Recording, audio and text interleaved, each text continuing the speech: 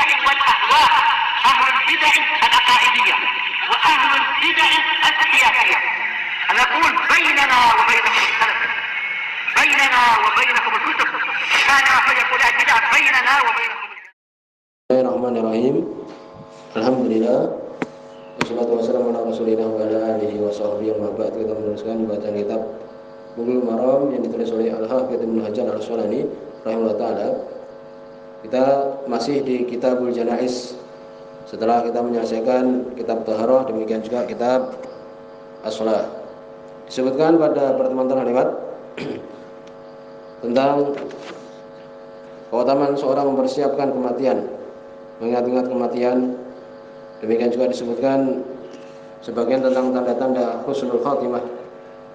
Demikian juga bahwa seseorang itu jiwanya tergantung dengan hutang dia sampai dibayarkan hutang yang dia miliki. Kemudian sudah kita sedikit membahas tentang permasalahan memandikan mayit. Bahwa Nabi SAW beliau menyebutkan iksiluhu, ini aksiluhu bima'in wasidr, mandikan dia dengan apa? Dengan air kemudian sidr, daun bidara. Demikian juga kafanilah dia di dua bajunya. Demikian juga hadis Aisyah radhiyallahu anha disebutkan bahwa waktu itu Nabi SAW meninggal. Kemudian disebutkan bahwa Nabi SAW waktu itu ketika meninggal para sahabat dalam keadaan bimbang, apakah Nabi SAW yakni dilepaskan bajunya atau tidak. Kemudian juga disebutkan waktu itu ketika para sahabat dalam keadaan bimbang, kemudian Allah SWT menjadikan mereka tidur. Kemudian disebutkan bahwa Nabi SAW untuk dimandikan di bajunya. Kemudian disebutkan hadis nomor 529. Ini hadis yang penting dalam permasalahan bagaimana memandikan jenazah. Hadis juga kita sebutkan apa di dalam syarah Umdatul Ahkam sebelum Syekh Utsaimin. Wa an Ummi Atiyah, dari sahabiah Ummu Atiyah radhiyallahu anha, qalat, beliau mengatakan, hadis ini muttafaqun alaih. Dakhala alaina Nabi sallallahu alaihi wasallam. Nabi sallallahu alaihi wasallam masuk di hadapan kami. Wa nahnu nughassilu ibnatahu, dan kami sedang memandikan anak perempuan beliau. Ya, kalau kita perhatikan di sini bukan oleh Syekh Utsaimin di syarah Umdatul Ahkam halaman 491.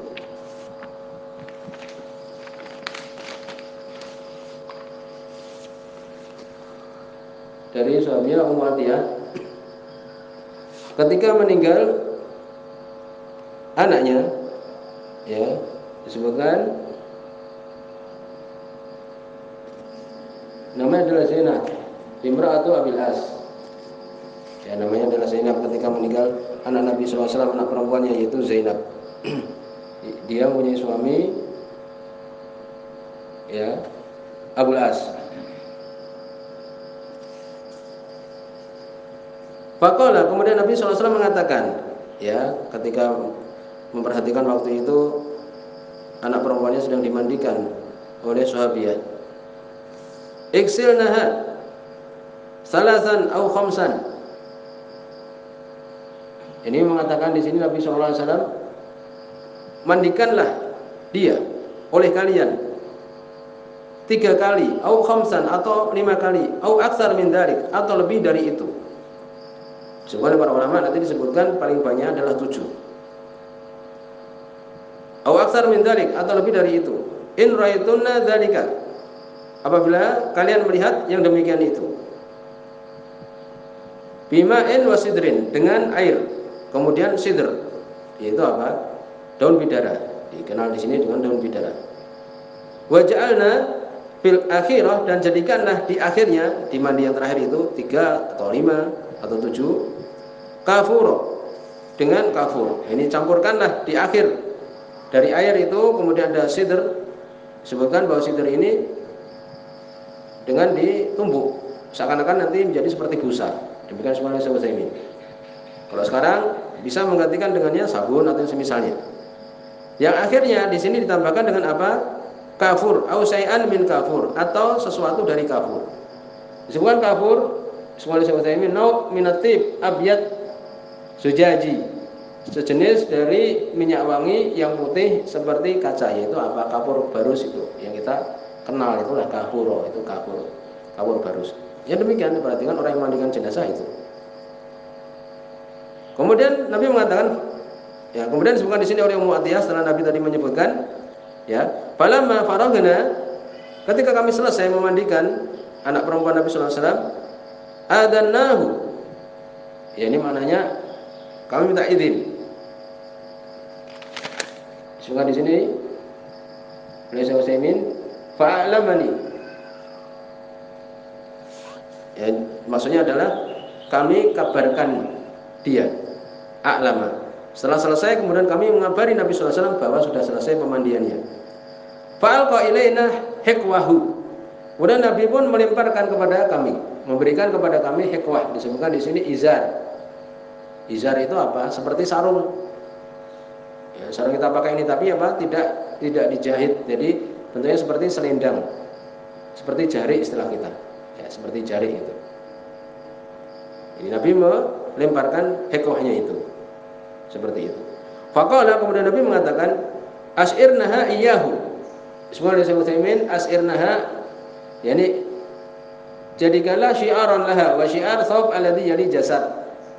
Jadikanlah tadi kain tadi yang seperti sarung tadi, yaitu seperti jari istilah kita. Itu jadikanlah kain yang dia itu langsung menempel dengan jasad, dengan badan. Ini seperti kain kafan. Ini mana asyirnaha iyyahu. Jadikanlah dia menjadi kain kafan yang langsung menempel dengan badannya. Muttafaqun alaih, disebutkan oleh Imam Bukhari dan Imam Muslim. Nanti ada pembahasan tentang masalah kain kafan, ya. Yang dulu kita juga sudah perhatikan bagaimana cara memandikan jenazah ini. Wa fi riwayat, dan dalam riwayat yang lain, disebutkan riwayat Imam Bukhari dan Imam Muslim juga, ibda'na bi mayami nihina. Ibda'na, dahulukanlah oleh kalian bi mayami niha, di bagian kanannya. Dimandikan itu bagian kanan dulu. Nanti sebutkan insyaallah tata caranya. Wa mawadi' al-wudu' minha, dan tempat-tempat wudu darinya. Wa fi lafdhin lil Bukhari, dalam lafaz Imam Bukhari, fadhafarna sya'raha, maka kami ikat rambutnya Zainab ini, sudah panjang dia. Radhiyallahu anha. Ya, diikat, dikucir istilah kita. Ya, kami kucir rambutnya dia itu yang panjang tentu saja. Salah satu kurun, 3 kali kuciran. Kanan, kiri, kemudian yang tengah itu falqainaha khalfaha. Kemudian kami lemparkan di belakangnya, diletakkan di belakang gitu. Jadi dijadikan 3. Kalau rambutnya panjang perempuan demikian, 3. Bagian kanan, kiri, kemudian tengah. Biasa itu anak-anak dibuat seperti itu. Demikian juga perempuan yang rambutnya panjang seperti itu. Maka di sini sebenarnya para ulama, hadis ini cukup sebagai pembicaraan kita dalam permasalahan memandikan jenazah. Kan demikian. Adapun masalah mukafani nanti berikutnya. Pertama disebutkan oleh para ulama di sini, disebutkan oleh Syekh Muhammad bin Nizam di sini, hukum memandikan mayit kesimpulan adalah wajib, yaitu adalah fardu kifayah. Kalau salah seorang sudah melakukannya, maka apa? Yang lain tidak berdosa. Kalau tidak ada, maka apa? Berdosa semuanya. Dan yang perlu diperhatikan bahwa hendaknya dimandikan, ya, walaupun mungkin cuma tersisa badannya sedikit umpamanya. Kalau masih ada bagian yang bisa untuk dimandikan. Kalau dalam keadaan utuh ya dimandikan semuanya. Adapun orang mati syahid, ini sudah ma'ruf, tidak perlu dimandikan.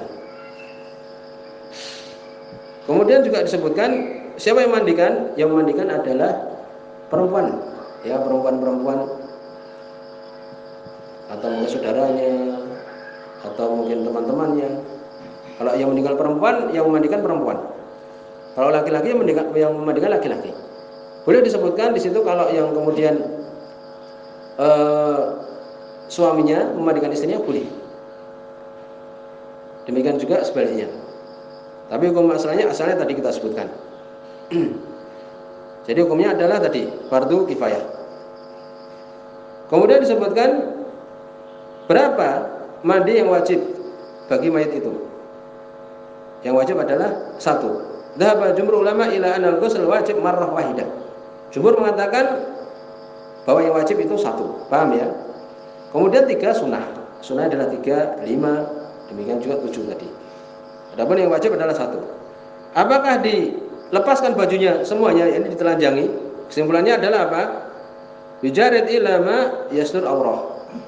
Al-mughalladhah. Dibuka pakaiannya semuanya kecuali yang menutupi duburnya, pantatnya, demikian juga kubul kemaluannya.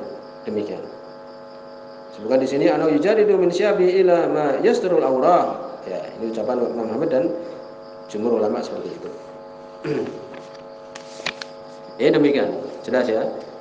Kemudian berikutnya, bagaimana sekarang ya sifat tata cara memandikan mayit? Setelah mayit meninggal, ya tentu saja kemudian diletakkan di tempat yang kemudian mudah untuk kita memandikan. Biasanya sudah disiapkan itu tempatnya. Jangan terlalu rendah sekali, yang mudah seorang untuk memandikan.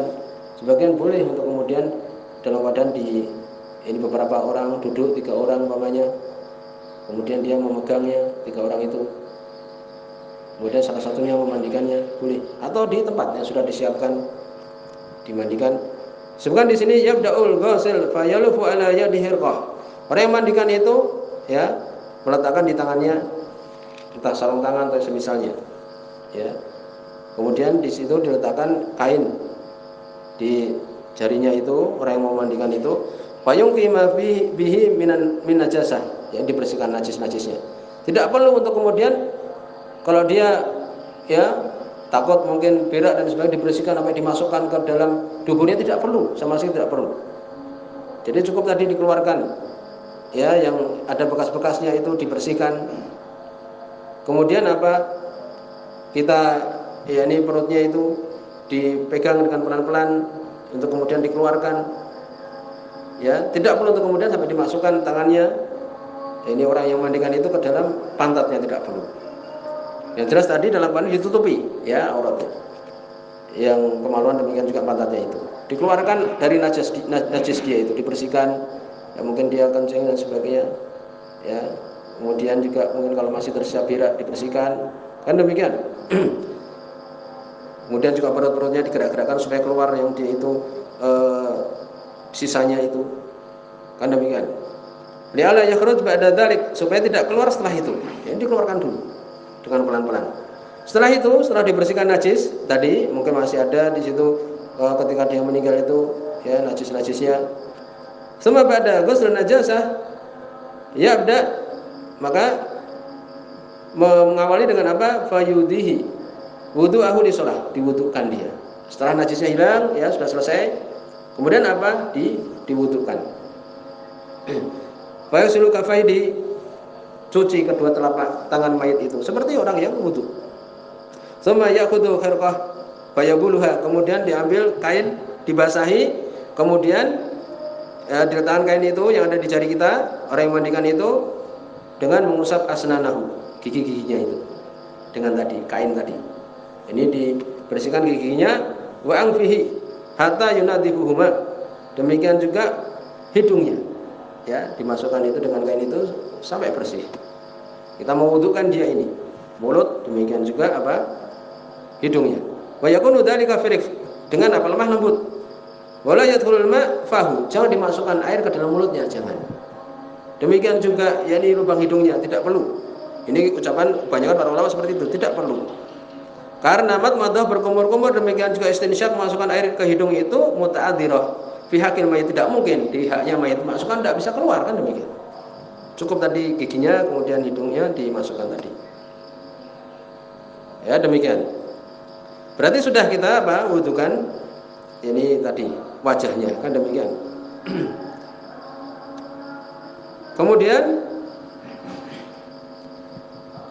summa yaghsilu wajhahu, kemudian wajahnya. Setelah wajah ya, wa yutimmu wudu'ahu, kemudian menyempurnakan wudunya dia itu. Setelah wajah, kedua telapak tangan, setelah wajah kemudian tangan sampai ke siku, kemudian apa? Rambutnya, demikian juga telinganya, kemudian kaki, kan demikian. Sebagaimana hadis Ummu Atiyah tadi. Ya, wa mawadhi wudu' minha. Setelah wudu selesai, jadi najis tadi sudah dibersihkan, kemudian wudu selesai, summa idza wada'ahu setelah selesai kita mewudukan dia, bada'a bi ghusli ra'si wa lihiyatihi. Ini setelah itu kita memandikan dia. Memandikan dia bagaimana? Didahulukan kepalanya. Demikian juga kalau dia punya jenggot-jenggotnya. Ya. Kemudian memandikan sebelah kanannya. Kanannya min batinihi wa dhahirihi. Ini bagian kanan badan kita ini kan, batinnya berarti apa? Yang dia itu bagian sekitar pusar itu, kemudian dadanya kan gitu. Kemudian punggungnya. Bagaimana punggungnya? Wadhalika bi aksila batin summa yunahil mayit ala jabil aisar. Kan kita suruh mendahulukan yang kanan. Bagaimana? Tadi dadanya, kemudian dia diberingkan ke arah kiri. Berarti apa? Kita mencuci punggungnya belakang. Gitu. Kemudian ya kita mencuci punggung yang bagian kanan dia kan, demikian. Kemudian setelah itu dikembalikan lagi, kita mencuci dada dia yang kiri. Kemudian apa? Dimiringkan ke arah kanan sehingga kita mencuci punggung dia yang kanan, demikian. Ya, demikian. Berarti sudah sekali ini, kan demikian. Sebagian mengatakan diguyurkan dia, ya semuanya dari atas sampai ke bawah. Itu juga bisa. Kemudian dilakukan berapa? Ini yang wajib sekali. Kemudian dilakukan setelah itu kedua, demikian juga yang ketiga. Juga oleh Syekh Utsaimin juga di Bulughul Maram, di Syarah Riyadhus Shalihin, yaitu apa? Tadi sidr termasuk sunnah itu. Untuk kemudian ditumbuk, campurkan dengan air itu. Ya, kemudian ditambahkan di situ sabun. Sebutkan di sini au ma yaqumu maqamuhu minal munadhafat, seperti sabun, demikian juga yang lainnya tadi. Adapun orang yang dia itu haji atau muhrim tidak dikasih yang dia itu ada minyak wangi, demikian juga sabun. Ini demikian. Ini tentang tata cara tadi memandikan. Jadi setelah selesai ini tadi, kemudian diulangi 2 kali, demikian juga 3 kali. Insyaallah yang lainnya kita teruskan. Subhanallah wa bihamdihi, asyhadu an la ilaha illa anta, astaghfiruka wa atubu ilaik.